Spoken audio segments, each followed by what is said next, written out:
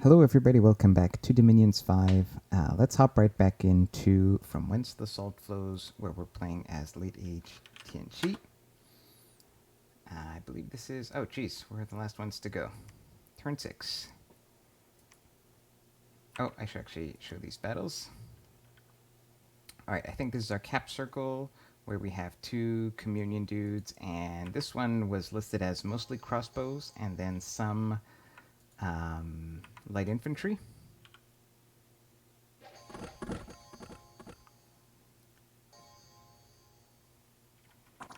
Just out of curiosity, did we get any hits really with our bows? Not much. 1 light infantry. Crossbow hits are doing a bit of work. One of our guys is down to 4. He took... yeah, it's just a crossbow hit early on that got him, and a tiny bit of chip damage. 3 hit points.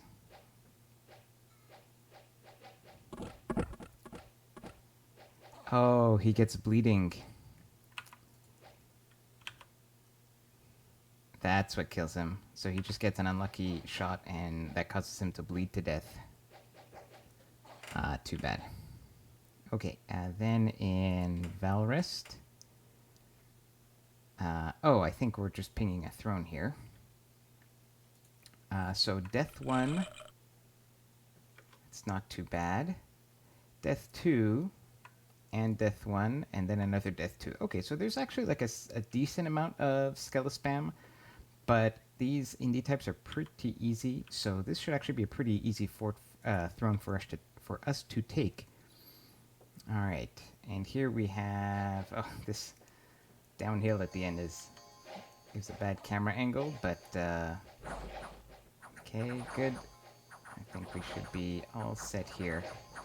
Archers might get a few kills on our pikemen. Yeah, we lost 1 pikeman. Okay, unexpected event. Fire gems +6, air gems -5. Okay. It's a little odd.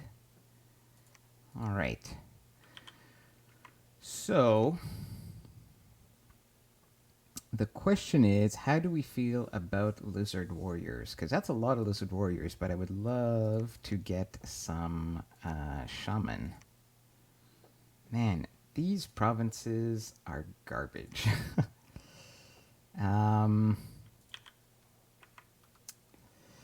Okay, well, let's look at what our options are here. Oh, first of all, let's actually see... and map move 16... these are all map move 16. I should have built a general just in case, because these guys have map move... oh, they're also map move 16. It doesn't matter. Okay, so these guys can't reinforce directly the next army, but that's okay. So what I'm thinking here is, first of all, we're going to do this.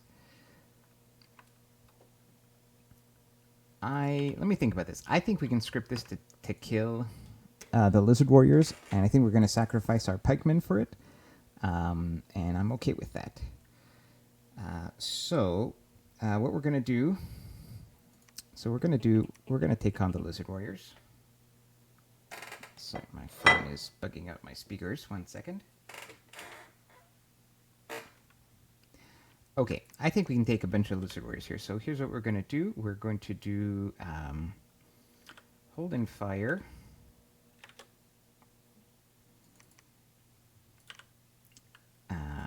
Over here. Then we're also going to do Hold and Fire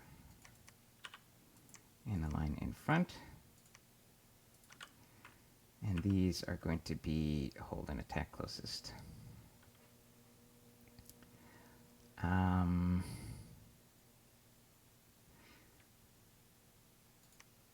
I think what we can... so the problem is Lizard Warriors are kind of killy, and they can kind of kill heavy cav.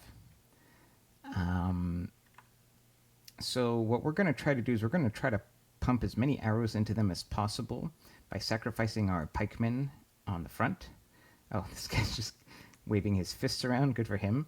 Now, surprisingly, these guys actually outrange. Like, one of the things about Lizard Warriors is they have a pretty long range weapon, so you can even get repel checks. But my pegs have really long ranges, and the Lizard Warriors don't have amazing morale. So we'll actually get some repels. Hopefully, these guys hold the line long enough for the archers and especially the Howling Bows to put some damage into them. Eventually, they'll die. But these guys will keep shooting arrows, and then they'll crash into the heavy cap, and hopefully they'll live long enough, and I think we'll be okay with this.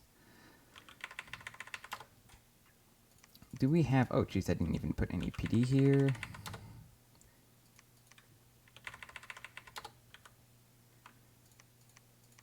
Jeez, Guys, I have... I've actually been recording these turns live, and I did no PD anywhere. What a great job I've been doing. Okay, so what we want to do now... Okay, so now we have plenty of resources. We can recruit a lot of heavy cav.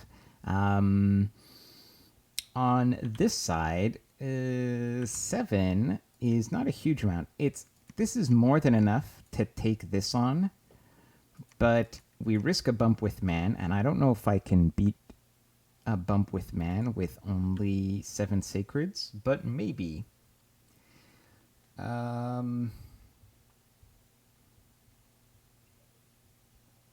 we're gonna risk it because it's a decent province.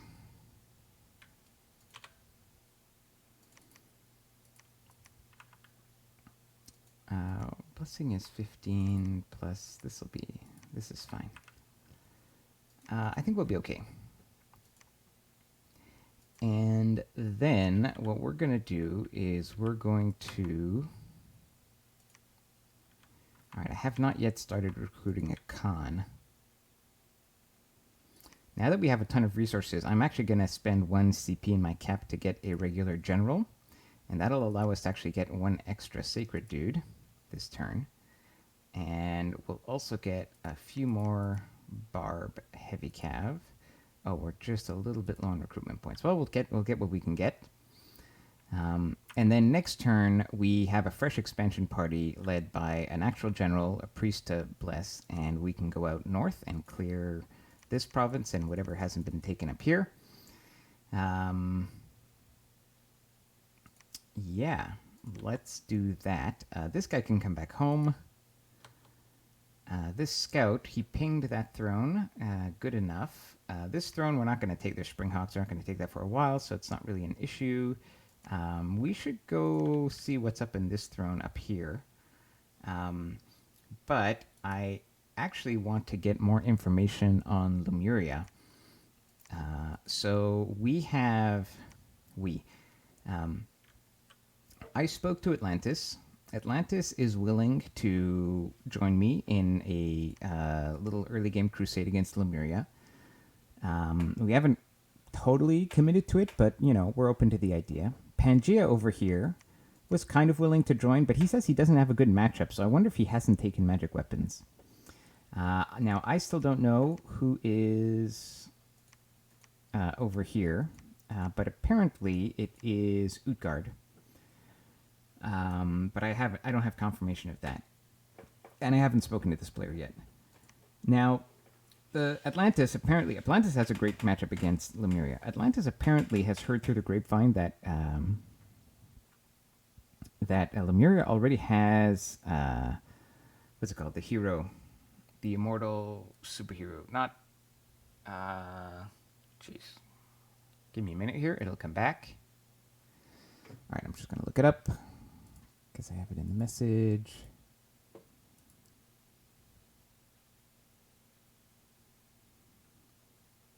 Edemu. All right.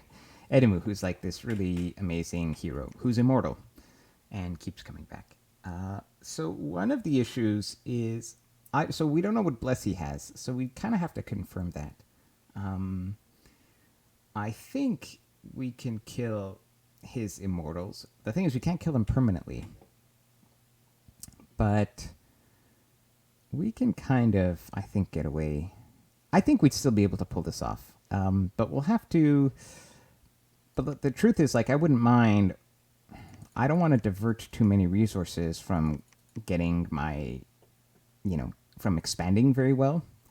So we're gonna let this situation develop a little bit and see when, if and when we want to act. Now, one thing that occurred to me was if we were going to fight them soon, what magic would be the most useful to fight them? And that would have to be things like Dust to Dust, which we already have.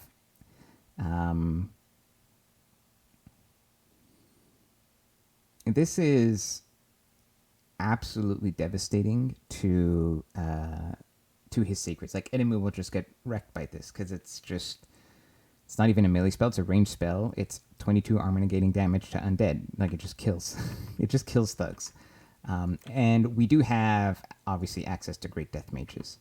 So I think what we end up doing is, if we decide to go after Lemuria, we're going to maybe spend a couple turns pumping out priests and getting a few death mages. And I'm not going to be too worried about his immortals and his thugs, so we're just going to dust them, and it will be bad times for Lemuria. So let's consider that. I think it's a more important priority to secure good borders up here and potentially even get some easy to grab thrones. So let's focus on that instead. Okay, I think that's it for now. Also, we don't really have a fantastic location for our first fort yet, although, I mean, it's only turn 6, so we haven't yet cleared, our second ring very well. It's just, I guess, the provinces are such garbage so far. Very low income. Very disappointing. Anyways, we'll see next turn how things look. See you guys then. Take care.